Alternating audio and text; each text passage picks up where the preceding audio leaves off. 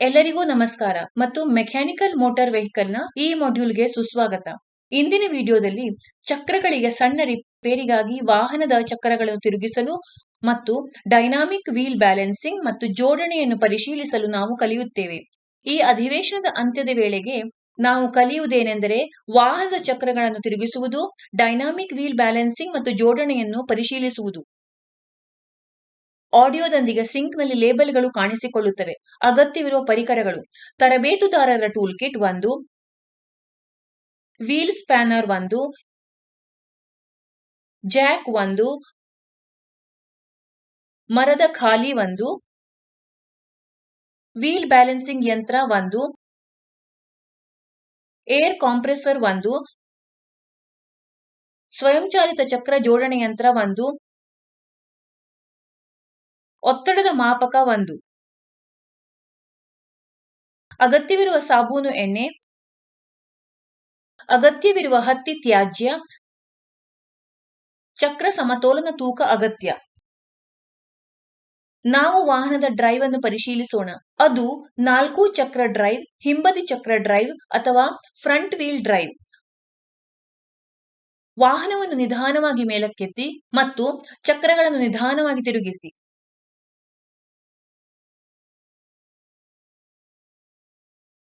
Wheel ನಟ್ಗಳನ್ನು ಸಡಿಲಗೊಳಿಸಿ ಮತ್ತು Jack ಬಳಸಿ. ವಾಹನವನ್ನು ಎಚ್ಚರಿಕೆಯಿಂದ ಮೇಲಕ್ಕೆತ್ತಿ. ಪ್ರತಿ ಟೈರ್ ಅನ್ನು ಗುರುತಿಸಿ ಮತ್ತು ಅದನ್ನು ಎಚ್ಚರಿಕೆಯಿಂದ ತೆಗೆದುಹಾಕಿ.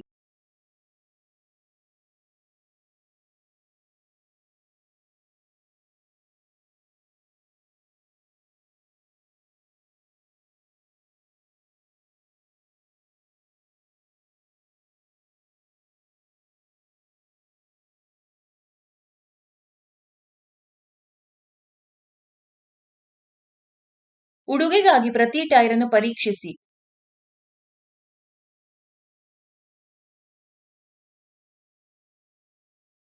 ಇತರ ಹಾನಿಯ ಬೆಂಡ್ಗಾಗಿ ರಿಮ್ ಅನ್ನು ಪರೀಕ್ಷಿಸಿ.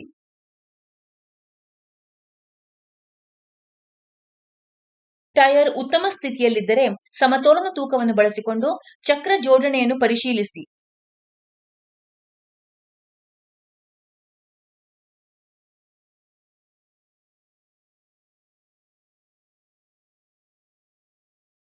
ಅಲೈನರ್ ಮೇಲೆ ಚಕ್ರವನ್ನು ಜೋಡಿಸುವುದು. ವೀಲ್ ಬ್ಯಾಲೆನ್ಸಿಂಗ್ ಚಕ್ರವನ್ನು ಹೇಗೆ ಜೋಡಿಸಲಾಗಿದೆ ಎಂಬುದರ ಮೇಲೆ ಅವಲಂಬಿತವಾಗಿರುವುದರಿಂದ ಅಲೈನರ್ನಲ್ಲಿ ಚಕ್ರವನ್ನು ಸರಿಯಾಗಿ ಜೋಡಿಸಿ. ಅದರೊಂದಿಗೆ ಚಕ್ರದ ರಿಮ್ನಲ್ಲಿ ಸೂಕ್ತವಾದ ಕೋನ್ ಅನ್ನು ಹೊಂದಿಸಿ. ಹೊರಭಾಗದಲ್ಲಿ ಕೋನಿಸಿಟಿ ಚಕ್ರವು ಟೊಳ್ಳಾದ ತೋಳಿನ ಮೇಲೆ ಸಂಪೂರ್ಣವಾಗಿ ಲಾಕ್ ಆಗಿರುವುದನ್ನು ಖಚಿತಪಡಿಸುತ್ತದೆ. ಲಾಕಿಂಗ್ ಪೆಡಲ್ ಅನ್ನು ಒತ್ತಿರಿ. ರಿಮ್ ಅನ್ನು ಬೆಳಕಿನ ಮಿಶ್ರಲೋಹದ ವಸ್ತುಗಳಿಂದ ಮಾಡಿದ್ದರೆ ಟೊಳ್ಳಾದ ಕೋನ್ ಅನ್ನು ನೈಲಾನ್ ತೊಳೆಯುವ ಮೂಲಕ ಬದಲಾಯಿಸಿ. ಬ್ಯಾಲೆನ್ಸಿಂಗ್ ಚಕ್ರವನ್ನು ಶಾಫ್ಟ್ನಲ್ಲಿ ಇರಿಸಿ ಮತ್ತು ಬಿಗಿಗೊಳಿಸಿ.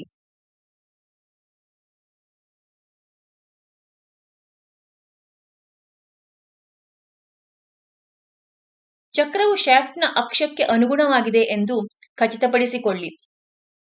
ಶಿಫಾರಸು ಮಾಡಿದ ಟಾರ್ಕ್ಗೆ ಶಾಫ್ಟ್ ಅನ್ನು ಬಿಗಿಗೊಳಿಸಿ.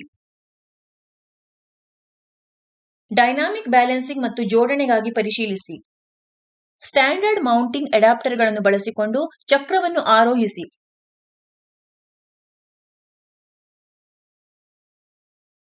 ಸ್ಥಳ ಸೂಚಕಗಳು ನಿಖರವಾದ ಸ್ಥಳವನ್ನು ಪ್ರದರ್ಶಿಸುವವರೆಗೆ ಮೋಡ್ ಆಯ್ಕೆ ಬಟನ್ ಅನ್ನು ಪದೇ ಪದೇ ಒತ್ತುವ ಮೂಲಕ ಅಗತ್ಯವಿರುವ ತೂಕದ ಸ್ಥಳವನ್ನು ಆಯ್ಕೆ ಮಾಡಿ.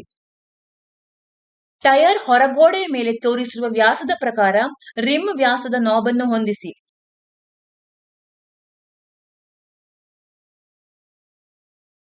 ಬಳಸಿಕೊಂಡು ರಿಮ್ ಅಗಲದ ನಾಬ್ ಅನ್ನು ಹೊಂದಿಸಿ. ಕ್ಯಾಲಿಪರ್, ರಿಮ್ ಆಫ್ಸೆಟ್ ನಾಬ್ಗಳನ್ನು ಹೊಂದಿಸಿ. ಚಕ್ರ ಬ್ಯಾಲೆನ್ಸರ್ ಅನ್ನು ಆನ್ ಮಾಡಿ ಮತ್ತು ಚಕ್ರವನ್ನು ತಿರುಗಿಸಿ. ಸೂಚಿಸಲಾದ ಅಸಮತೋಲನದ ಭಾಗದಲ್ಲಿ ಸಮತೋಲನ ತೂಕವನ್ನು ಪತ್ತೆ ಮಾಡಿ ಮತ್ತು ಸರಿಪಡಿಸಿ.